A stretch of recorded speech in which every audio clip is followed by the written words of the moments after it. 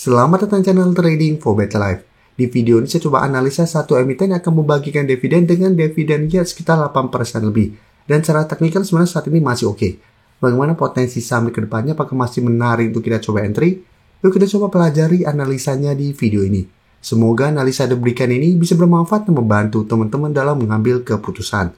Untuk teman-teman belum subscribe channel ini, bisa tekan tombol subscribe agar tidak ketinggalan informasi dan analisis saham terbaru yang di-upload setiap harinya.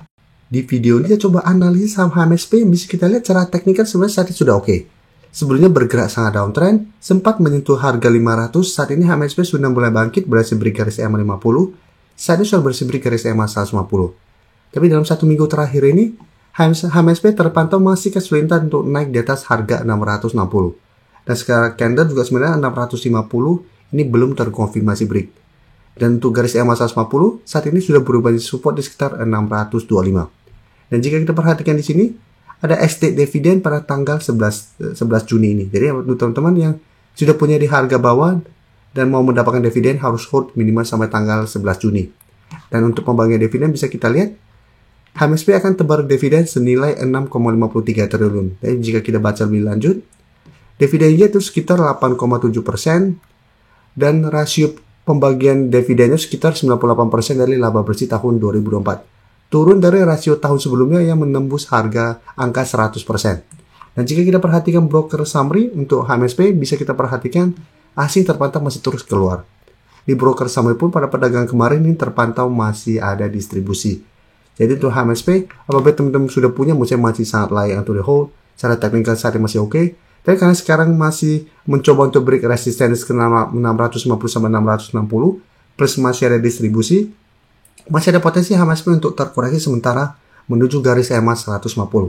Jadi untuk teman-teman yang ingin coba pantau di entry, misalnya lebih oke adalah tunggu di sekitar 625 sampai 630 untuk mendapatkan di sekitar daerah support ini apabila HMSP terkoreksi dan masih bisa bertahan. Apabila teman-teman mau swing atau mau trading untuk mendapatkan capital gain tanpa mendapatkan dividen, pertimbangkan udah keluar maksimal tanggal 10. Takutnya karena dividen yield lumayan besar, ada potensi untuk terkena dividen trap. Tapi untuk teman-teman yang sudah punya dan masih mau hold, misalnya walaupun terkena koreksi atau dividen trap, selama kuat di atas 600, HMSP untuk trend masih oke. Jadi jika terpantau ternyata terkena dividen trap, tapi kuat di atas 600, ini masih layak untuk di hold, karena potensi untuk kembali bangkit masih lumayan besar. Selanjutnya kita coba lihat untuk gudang garam. Gudang garam jika kita perhatikan secara teknikal tidak seoke HMSP. Gudang garam beberapa kali mencoba naik di atas garis EMA 50 ini masih gagal. Jawa sempat pada tanggal 22 Mei naik candle hijau lumayan solid, berada di atas garis EMA 50 saat ini sekitar 10.200. Tapi secara candle ini belum terkonfirmasi break dan saat ini bisa kita lihat kembali melemah di bawah garis EMA 50.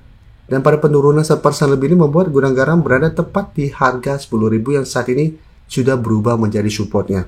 Tapi secara candle walaupun masih berada di atas support psikologis 10.000, jika terpantau minggu depan kembali mencoba break garis EMA 50 masih gagal, potensi untuk lanjut turun menembus harga 10.000 masih besar. Dengan target penurunan di sekitar 9.500 sampai 9.600 nih. Jadi untuk gudang garam secara teknikal menurut saya masih belum oke jika terpantau masih kesulitan untuk break garis EMA 50 yang saat ini sekitar harga 10.200.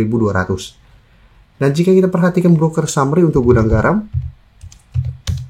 bisa kita lihat asing yang sebelum masuk akumulasi satu minggu ini mulai keluar kembali. Di broker summary pun terpantau ini masih ada distribusi.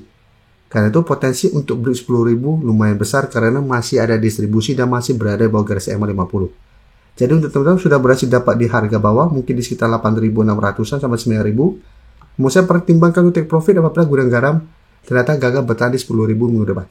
Kenapa bila tembus? Ingat secara teknikal akan membentuk lower low kembali dengan target penurunan misalnya di sekitar 9.500 sampai 9.600. Dan untuk yang ingin coba entry lebih oke menurut saya adalah buy on breakout apabila berhasil break garis EMA 50. Apabila mau coba spekulatif buy, wait and see dulu. Apabila masih kuat di atas 10.000, lebih baik buy on breakout di sekitar garis EMA 50. Jika tembus 10.000, coba tunggu di zona ini untuk spekulatif buy di sekitar 9.500 sampai 9.600. Tapi ingat, resiko apabila teman-teman beli di sini lumayan besar. Karena saat ini sudah mulai membentuk low jika tembus harga 10.000. Jadi potensi untuk rebound, takutnya malah technical rebound sementara atau masih melanjutkan low menuju ke bawah.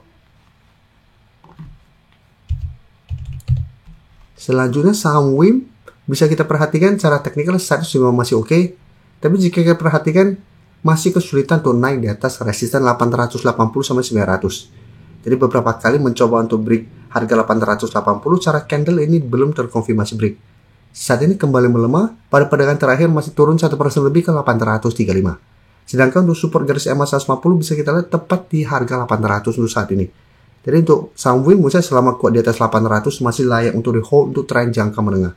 Jadi untuk yang sudah dapat di harga 600 sampai 650 pada saat break garis EMA 50, WIM masih bisa di hold dengan jadikan 800 untuk trail stopnya. Dan untuk teman-teman ingin coba pantau di entry, lebih oke juga tetap menurut saya tunggu di sekitar 800. Apalagi jika kita lihat garis EMA 50 juga pelan-pelan mulai bergerak naik. Sehingga untuk tren jangka menengah apabila kedepannya berpotongan dan lanjut naik, cara tren jangka menengah WIM saya akan lebih oke lagi. Dan jika kita perhatikan asing juga terpantau satu minggu ini memang keluar, tapi transaksi asing untuk saham WIM sangat kecil, tidak perlu terlalu kita fokus untuk saham ini. Dan jika kita lihat broker sahamnya sebenarnya terpantau ini malah ada sedikit akumulasi pada penurunan 1% ini. Jadi untuk WIM karena masih ada akumulasi dan secara teknikal saat ini masih oke, menurut saya masih bisa coba dipantau untuk entry, tapi lebih oke wait and see dulu di sekitar harga 800. Jika terpantau minggu depan WIM kuat di atas garis EMA 150 ini masih menarik untuk target swing dengan target swing jangka pendek di 850 sampai 880. Dan selanjutnya kita coba lihat saham Tekim. Tekim secara teknikal juga saya sudah mulai oke, berhasil break garis EMA 50 150 juga. Tapi untuk saat ini bisa kita satu minggu terakhir ini Tekim mencoba untuk naik di atas 6.200 ini masih gagal. Dan sekarang berada di sekitar support di 6.000. Jadi untuk tren Tekim walaupun terkoreksi menurut saya ini masih koreksi wajar, karena sebelumnya Tekim juga sudah naik lumayan tinggi dari sekitar 4.500 sampai 6.000-an. Dan jika kita perhatikan broker summary untuk Tekim, memang ini ada distribusi. Asing sudah terpantau satu minggu ini mulai keluar. Jadi untuk Tekim karena sudah mulai ada distribusi dan candle hari Rabu kemarin candle merah lumayan solid, ada potensi untuk kembali turun menuju garis EMA 150 sekitar 5.850. Jadi masih ada potensi untuk menembus harga 6.000 ini. Jadi untuk yang sudah punya, menurut saya selama masih kuat di atas garis EMA 150 ini juga masih bisa di hold. Dan penurunan ini menurut saya ada kesempatan untuk wait and see di sekitar garis EMA 150 sampai 5.800 untuk saham Tekim.